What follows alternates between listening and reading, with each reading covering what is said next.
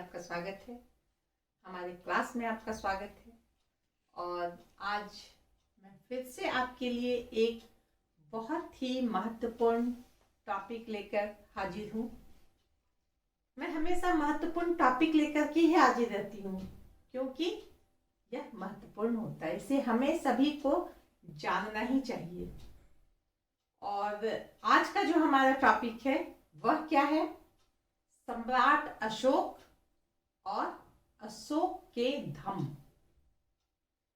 बहुत बहुत बहुत ही महत्वपूर्ण विषय है विद्यार्थियों के लिए। परीक्षा में सवाल जरूर आते हैं इससे संबंधित कि अशोक महान के बारे में क्या जानते हैं और अशोक के धम्म के बारे में आप क्या जानते हैं। तो आज मैं इस विषय पर चर्चा करूंगी।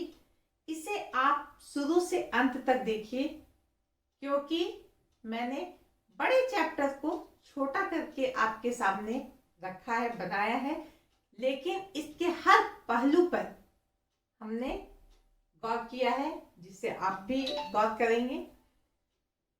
शुरू से लेकर अंत तक देखेंगे, आपके लिए बहुत ही फायदेमंद होगा। अगर आप ऐसे उछल कूद के देखेंगे तो अधूरी ज्ञान जो है वह गड़बड़ होती है, तो ऐसा ना करें। तो आज मैं आपको बताऊंगी सम्राट अशोक और अशोक के धम्म।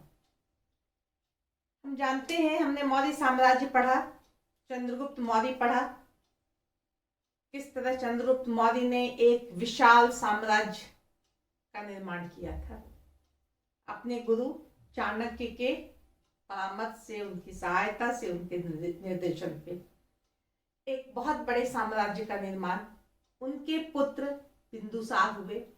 उन्होंने भी साम्राज्य विस्तार में चार चांद ही लगाया, कटौती नहीं की।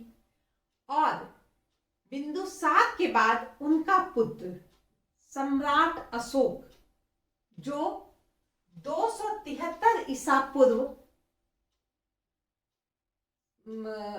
राजा बना मौर्य साम्राज्य का। और अशोक सम्राट ही नहीं, वह एक महान सम्राट था। बहुत सारे विद्वानों ने, विदेशी विद्वानों ने भी, स्मिथ हैं, डॉक्टर स्मिथ, उन्होंने कहा है कि सम्राटों में महानतम सम्राट थे अशोक। उन्होंने यह भी कहा कि ऐसे सम्राट हर युग में और हर राष्ट्र में पैदा नहीं होते। इससे क्या पता चलता है कि वह सचमुच एक महान शासक थे, राजा थे, जिन्होंने अपने कार्य पद्धति से, अपने जो उन्होंने जो कर्म किया उस पर उन्हें ऐसा रिमार्क दिया जा रहा है। जरूर उन्होंने कुछ खास किया होगा, तो उन्होंने क्या खास किया, चलिए हम देखते हैं। सबसे पहले प्रारंभिक जीवन में हम आते हैं। बहुत सारे बौद्ध अनुश्रुति जो हैं वह क्या कहते हैं कि अशोक ने अपने 99 भाइयों की हत्या कर सिंहासन पाया। लेकिन यह थोड़ा ज्यादा लगता है, इसमें थोड़ा अतिरंजित है, ये अतिशयोक्ति अलंकार है यहाँ पे। तो हम क्या कहेंगे कि ये बात सही है कि अशोक ने सिंहासन बहुत आसानी से नहीं पाया था। अशोक ने अपने भाइयों से, चचेरे भाइयों से, सौतेले भाइयों से, इनसे युद्ध करके, इनके षड्यंत्र को बेकार करके इन्होंने सिंहासन पाया था। कहने का मतलब कि इन्होंने सिंहासन एक संघर्ष के बाद पाया, और वह सिंहासन जो बहुत बड़े साम्राज्य का अधिकारी बनाता था। इस समय तक हम देखते हैं कि अशोक का जो साम्राज्य था, अभी आधुनिक बलूचिस्तान, अफगानिस्तान से लेकर बंगाल तक था। ऊपर कश्मीर में देखेंगे, उत्तर में कश्मीर से लेकर के दक्षिण में चोल और पांडे राज्य थे, वहां तक छोड़ करके उसके बॉर्डर तक था। एक विशाल साम्राज्य। तो इस तरह एक विशाल साम्राज्य का शासक बनने के बाद इन्हें अब बहुत ज्यादा साम्राज्य विजय करने की आवश्यकता नहीं थी, क्योंकि इन्होंने एक प्रकार से पूरा एक विस्तृत भूभाग इनके अधीन था। लेकिन अपने राज सिंहासन में बैठने के 8वें साल में अशोक ने कलिंग के साथ एक युद्ध किया। बहुत फेमस, हम लोग बचपन से पढ़ते आ रहे हैं कि अशोक ने कलिंग पर चढ़ाई की और एक युद्ध हुआ जिसमें अशोक विजयी हुआ। लेकिन उन्होंने उस युद्ध में जो भीषण रक्तपात हुआ और जो बहुत ही विभत्स स्वरूप युद्ध का उनके सामने आया, जिसे देखकर उन्होंने क्या किया, युद्ध का त्याग कर दिया कि अब से मैं युद्ध नहीं करूंगा। उन्हें युद्ध से विरक्ति हो गई। उड़ीसा पर इसलिए उन्होंने आक्रमण किया था क्योंकि एक क्षेत्र था जो उनके अंदर नहीं था, उसे जीतना था, पड़ोस में था, उसे जीत करके मिला लिया जाए। इसके साथ ही अगर हम जीत जाएंगे तो समुद्री क्षेत्र पर भी हमारा अधिकार हो जाएगा, तटीय क्षेत्र पर हमारा अधिकार हो जाएगा, दक्षिण के तरफ जाने का रास्ता भी थोड़ा आसानी हो जाएगा। तो इन सब उद्देश्यों की पूर्ति के लिए कलिंग पे चढ़ाई की गई थी और कलिंग को हरा दिया गया, हार गया। लेकिन इस जीत में उन्होंने जो रूप देखा युद्ध का, वह उनके हृदय को झकझोर गया। 13वें शिलालेख में यह लिखा हुआ है कि इस कलिंग युद्ध में 1 लाख लोगों की मृत्यु हो गई, 1.5 लाख लोग घायल हो गए। कितने लोग जो है इस युद्ध से प्रभावित होकर पंगु हो गए, उनका जीवन बेकार हो गया। कहने का मतलब है कि इस युद्ध ने अशोक को युद्ध से एकदम से विरक्त कर दिया था और अब वह ये साम्राज्य विजय की जगह धर्म विजय को उन्होंने अपना लिया। उनके मस्तिष्क में युद्ध के प्रति बहुत ही नकारात्मक भाव आ गया, जिसके कारण उन्होंने युद्ध का त्याग कर दिया।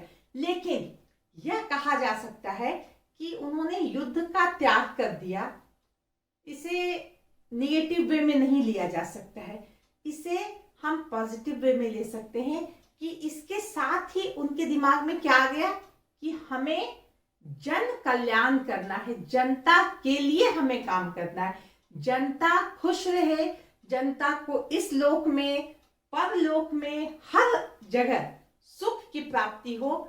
इस बात को उन्होंने गांठ बांध ली और इसके लिए वह तत्पर हो गए उस समय से। तो इसलिए अशोक अपने आप में कुछ खास हैं। 1837 में जॉन प्रिंसेप ने एक अभिलेख पढ़ा जिसमें उन्होंने पढ़ा देवा नाम पिया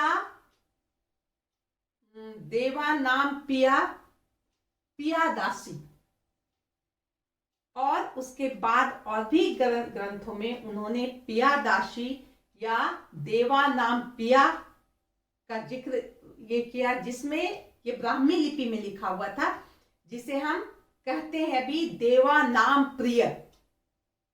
प्रियदर्शी। तो इस बात को याद रखिएगा कि अशोक को हम प्रियदर्शी भी कहते हैं, प्रियदर्शी अशोक या देवा नाम प्रिय अशोक, ये उन्हें उपाधि दी गई थी। उसके बाद बहुत सारे ऐसे प्रमाण मिले जिनसे हम यह कह सकते हैं कि इन्हें देवानाम प्रिय या प्रियदर्शी भी कहा गया है। तो यह एक बहुत ही महत्वपूर्ण पॉइंट है।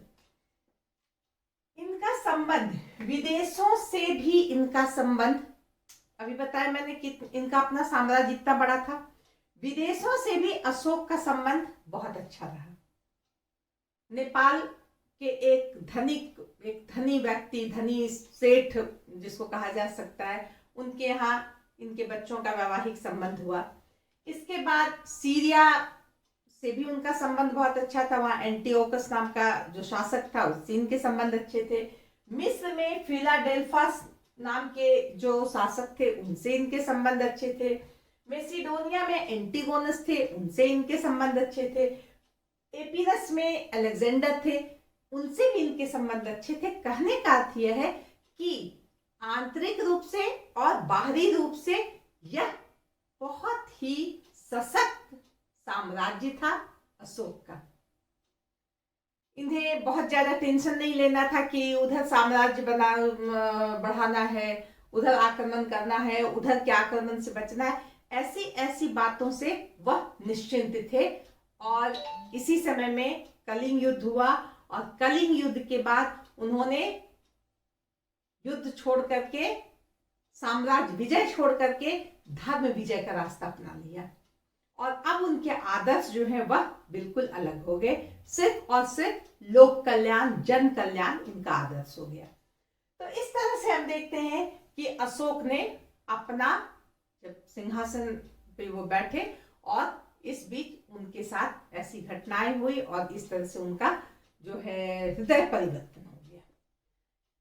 शासन संबंधी सुधार, इन्हें शासन संबंधी बहुत ज्यादा काम तो करना नहीं था, क्योंकि चंद्रगुप्त जो इनके दादाजी थे, इन्होंने फर्स्ट क्लास का शासन प्रबंध इनके सुपुर्द किया था। इन्हें बहुत ज्यादा मेहनत करने की आवश्यकता नहीं थी। सब कुछ बहुत ही सुव्यवस्थित ढंग से था, जिसे चाणक्य ने अपनी बुद्धिमत्ता से सजाया था। लेकिन कुछ कुछ क्षेत्रों में इन्हें लगा कि सुधार करना चाहिए, तो इन्होंने कुछ सुधार किए। इन्होंने कौन कौन सा कुछ नया पद बनाया जिसपे लोगों की नियुक्ति की। धर्मयुक्त, धर्म महामात्र, स्त्री अध्यक्ष महामात्र, राजयुक्त, ये सारे पद उन्होंने बनाए। और ये सारे पद जो हैं ये किस लिए थे? यह अपनी जनता के बीच लोगों का नैतिक और आध्यात्मिक उत्थान के लिए थे। ये जो पद के जो अधिकारी थे, जो धर्म महामात्र थे, यह राज्य में घूम घूम कर लोगों को उच्च चरित्र पाने के लिए शिक्षा देते थे। उन्हें दया, सहनशीलता, परोपकारिता, अहिंसा, ऐसी ऐसी बातों से अवगत कराते थे ताकि लोगों का चरित्र जो है वह ऊंचा रह सके और वह एक स्वस्थ समाज, स्वस्थ परिवार का स्तंभ बन सके। तो इस तरह से इन धर्मयुक्त और धर्म महामात्रों की बहुत बड़ी जिम्मेवारी थी परिवार, समाज से लेकर देश की प्रति। स्त्री अध्यक्ष महामात्र की नियुक्ति की गई। स्त्रियों की सुरक्षा के लिए, उनकी सुविधा के लिए स्त्री अध्यक्ष महामात्र की नियुक्ति भी अशोक ने की।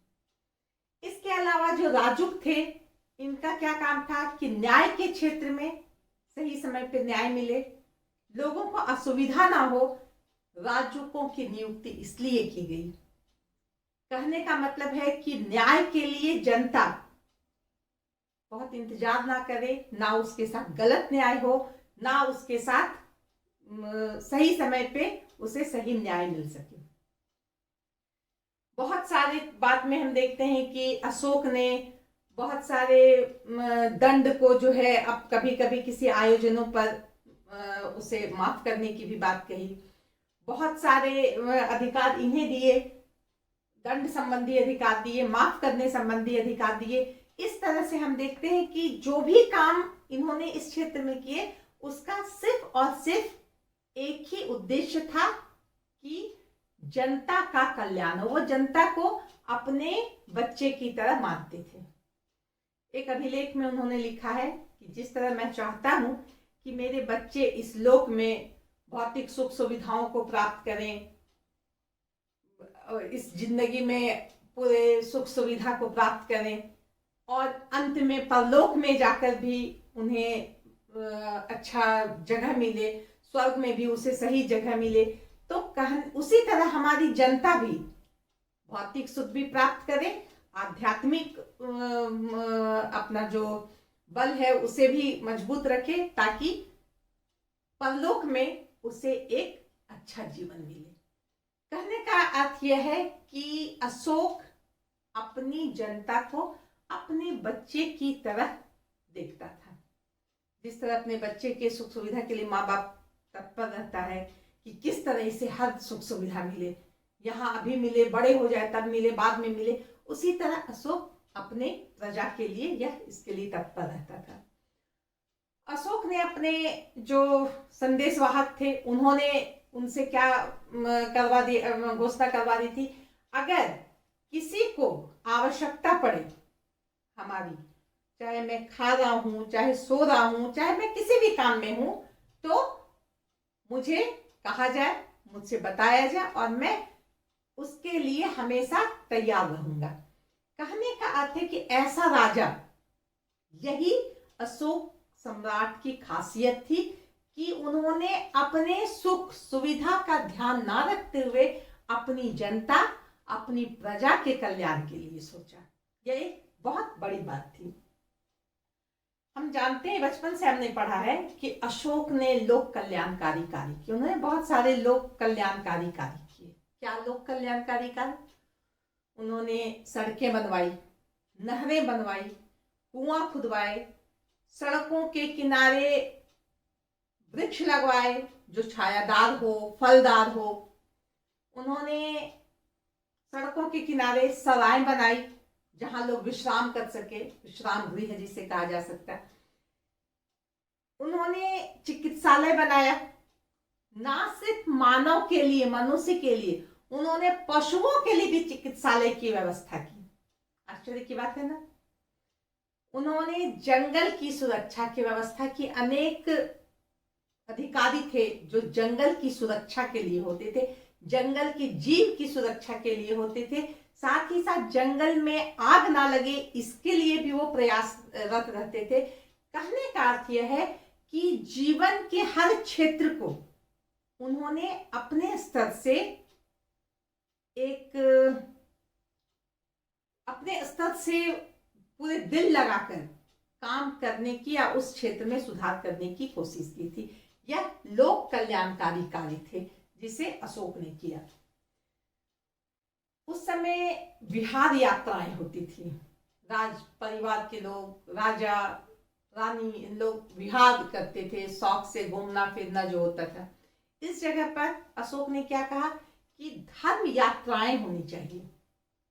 हमें उन स्थानों की यात्रा करनी चाहिए जो पवित्र हैं, जो हमें कुछ ज्ञान देते हैं, जो हमारे लिए आदर्श हैं, चाहे वो लुम्बिनी वन हो, चाहे सारनाथ हो, चाहे बोधगया हो।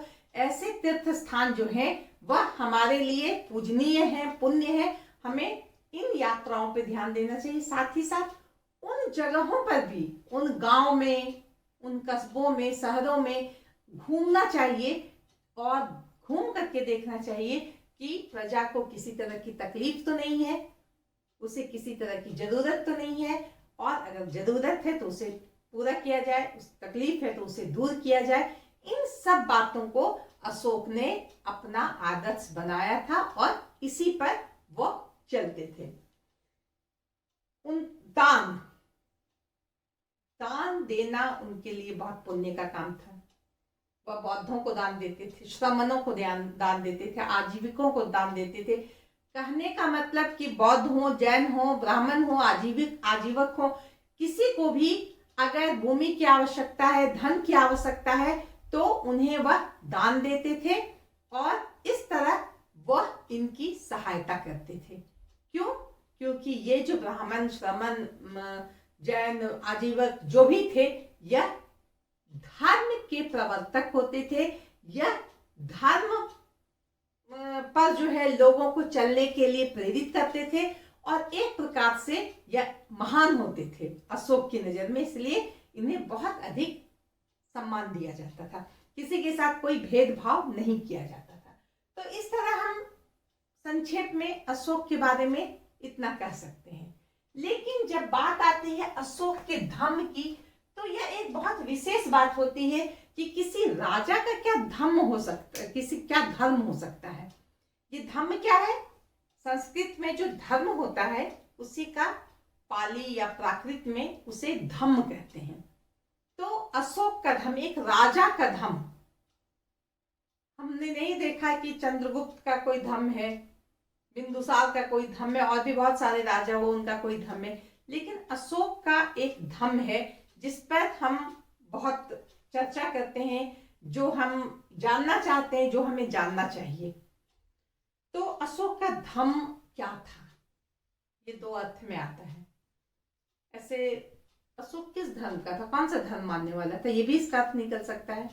तो अशोक का धम्म क्या था,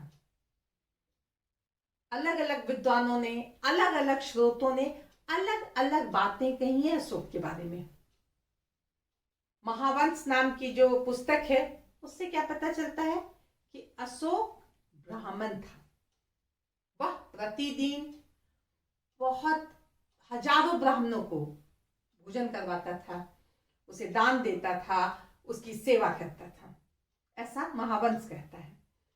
रासतरंगिनी जो कल्हण के द्वारा लिखी हुई पुस्तक है, उसमें क्या कहा गया है कि अशोक शिव भक्त था, वह शिव का पूजा करता था।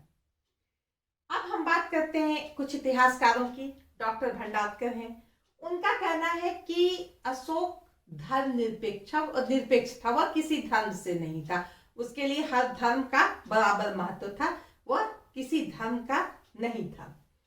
इसी तरह डॉक्टर F.W. थॉमस हैं, उन्होंने क्या कहा, उन्होंने कहा कि अशोक बौद्ध था, लेकिन बौद्ध अगर था तो उन्होंने अपनी किसी भी लेख में, स्तंभ लेख में, शिलालेख में कहीं 4 आर्य सत्यों के बारे में नहीं लिखवाया, कहीं अष्टांगिक मार्ग के बारे में चर्चा नहीं की, कहीं निर्वाण के बारे में चर्चा नहीं की। तो उन्हें बौद्ध कहना भी मुश्किल लगता है, कैसे कहा जाए, क्योंकि उन्होंने इसकी जो बौद्ध धर्म की जो उनका आधार है उसका कहीं जिक्र ही नहीं किया है। इसके बाद एक डॉक्टर नीलकंठ शास्त्री हैं, उन्होंने कहा कि अशोक ने बौद्ध धर्म को जो एकदम नीरस और शुष्क था उसे लोकप्रिय बना दिया, मतलब कि उन्होंने बौद्ध धर्म को स्वीकार किया, उसे लोकप्रिय बना दिया।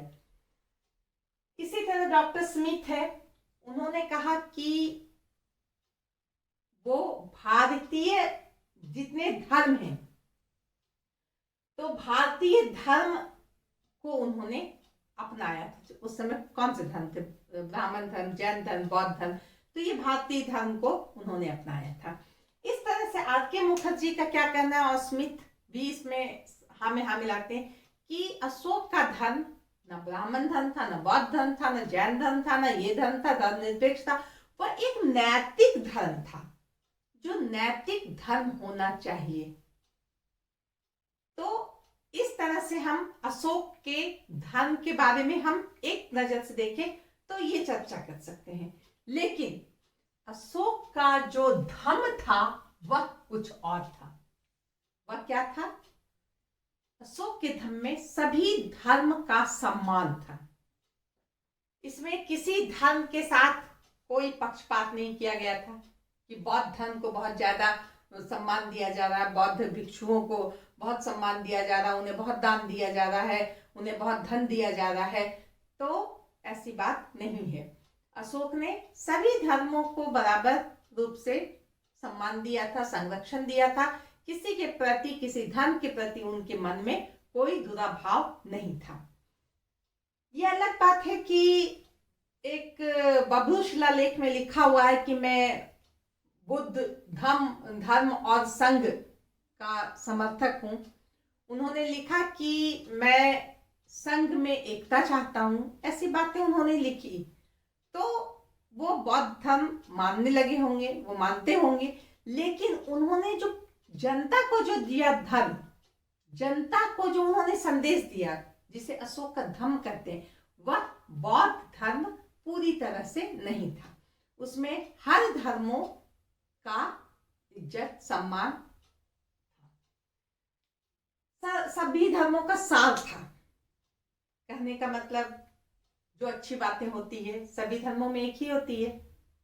बड़े बूढ़ों का आदर करो, सम्मान करो, सेवा करो, गरीबों पर दया करो, क्रोध मत करो, घृणा मत करो, जितना हो सके मदद करो, परोपकार की भावना होनी चाहिए, दान करो। तो ये सारी बातें ये सभी धर्मों में मान्य है और इन सभी बातों को अशोक ने अपने धम्म में प्राथमिकता दी। उन्होंने कहा माता पिता का सम्मान करना चाहिए, ब्राह्मणों का, श्रमणों का, विद्वानों का सम्मान करना चाहिए, जो वृद्ध हैं, गरीब हैं, मजबूर हैं, लाचार हैं, उनकी मदद करनी चाहिए। तो ये सब बातें सभी धर्मों में समान रूप से स्वीकार्य है, समान रूप से मान्य है और इसी बात को अशोक ने अपने धम्म में रखा। इन्हीं सब आदर्शों पर उन्होंने जो शिलालेख बनवाए, जो जहां पर उन्होंने बहुत कुछ लिखवाया, वो आधार इसका यही था। मानवता और बंधुत्व जिसको कहा जाए, मानवता, इनके धर्म में मानवता थी। मानव का क्या गुण होना चाहिए? मानव में आपसी प्रेम,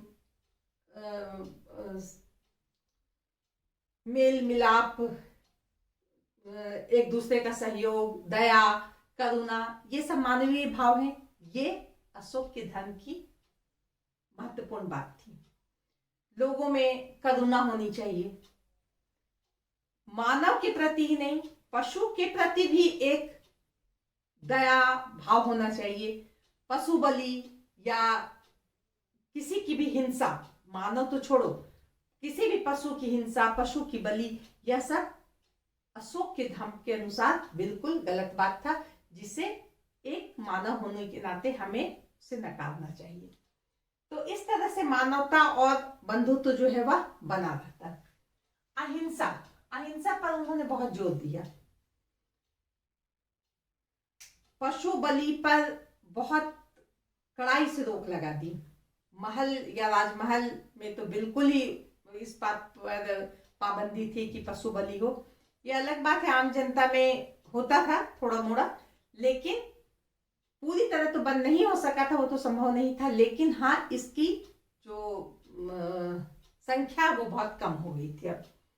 तो इस तरह अहिंसा, किसी तरह से मारपीट, लड़ाई झगड़ा, ये सब आदमी क्यों करेगा जब इतना सारा उन धर्म महामात्र के द्वारा, शिलालेख द्वारा आदमी को यह ज्ञान मिल रहा है कि हमें अच्छे रास्ते पे चलना चाहिए, तो अहिंसा भी उसमें स्वाभाविक है वो कमी हो जाएगी। नैतिक सिद्धांत, नैतिक सिद्धांत इनके धर्म की जो खासियत थी, विशेषता थी, उसमें क्या नैतिक सिद्धांत, झूठ नहीं बोलना, चोरी नहीं करना, किसी को कष्ट नहीं देना, मनुष्य तो मनुष्य, पशु को भी कष्ट नहीं देना, हमें परोपकार करना, हमें दान देना, हमें किसी से ईर्ष्या नहीं करना, हमें क्रोधित नहीं होना, हमें इंद्रिय जनित जो दोष है हमारे, वो सब हमारे में नहीं होना।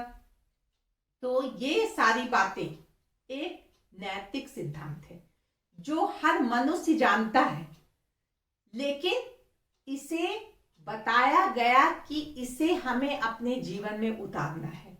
यह अशोक के धम्म की एक बहुत बड़ी विशेषता थी। सार्वभौमिकता, अशोक के धम्म में सार्वभौमिकता थी। किसी भी धर्म में ऐसा नहीं कि अशोक के धम्म की बात ना हो। हर धर्म में ये सारी बातें मान्य थी जो अशोक ने कही, जो अशोक ने अपने प्रजा को बताई, अपनी जनता को बताई कि तुम्हें अपने कल्याण के लिए ये सब काम करना है, तुम्हें अपने परिवार के कल्याण के लिए ये सब काम करना, समाज के कल्याण के लिए काम करना है। यह किसी भी धर्म के लिए उल्टा नहीं था कि अरे नहीं नहीं ये तो हिंदू धर्म के तो एकदम से उल्टा है, ऐसी बात नहीं। हिंदू धर्म हो, जैन धर्म हो, आजीवक हो, सभी के लिए यह जो इनके धर्म थे वह सार्वभौम थे, शाश्वत थे। संकीर्णता और सांप्रदायिकता का बिल्कुल अभाव था। उस समय भी तो समाज बहुत सारे भागों में बटा हुआ था। तो ऐसी स्थिति में ये धम्म, अशोक का धम्म, जो आपसी भेदभाव है उसे दूर करने में सक्षम था। ये जो अशोक के धम्म थे, इनकी जो शिक्षा थी वह संकीर्णता को दूर करती थी, आपसी भाईचारा को बनाए रखती थी। यह इस धर्म की खासियत थी। तो इस तरह हम देखते हैं अशोक का धर्म कोई आसमान से आया हुआ धर्म नहीं था। यह एक ऐसा धर्म था जो मानव धर्म है, जिसे लोग भूल जाते हैं, लेकिन अगर इसे लोग अपना ले तो एक परिवार से लेकर राष्ट्र तक को सुख, शांति और सुकून, चैन मिल सकता है। तो हम बात करते हैं कि अशोक को क्या आवश्यकता पड़ी ये धम्म बनाने की, अपने धम्म बना करके प्रचार करने की लोगों के बीच में कि ये धम्म मानो। तो इसका एक यह भी कहा जा सकता है कारण कि इतना बड़ा साम्राज्य था, बहुत तरह के लोग रहते थे। हर कहा जाता है ना, मुंडिर मुंडिर मते भिन्ना, हर मुंडी में अलग अलग मत हैं।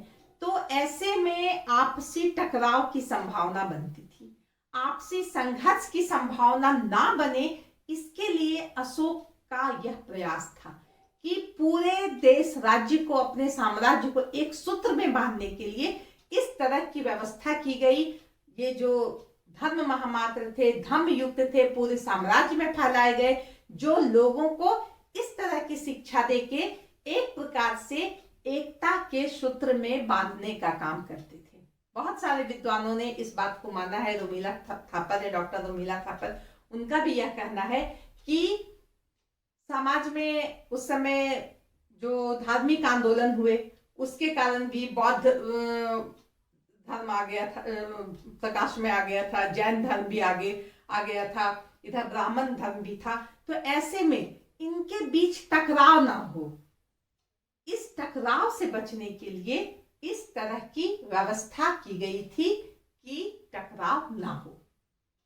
तो पूरे देश को एक सूत्र में बांधने के लिए, चाहे वो राजनीतिक दृष्टि से हो, सामाजिक दृष्टि से हो, धार्मिक दृष्टि से हो या सांस्कृतिक दृष्टि से हो, इन सब दृष्टि से अगर हम देखें तो अशोक का धर्म एक बहुत ही उपयोगी धर्म था, जनता के लिए, देश के लिए, समाज के लिए।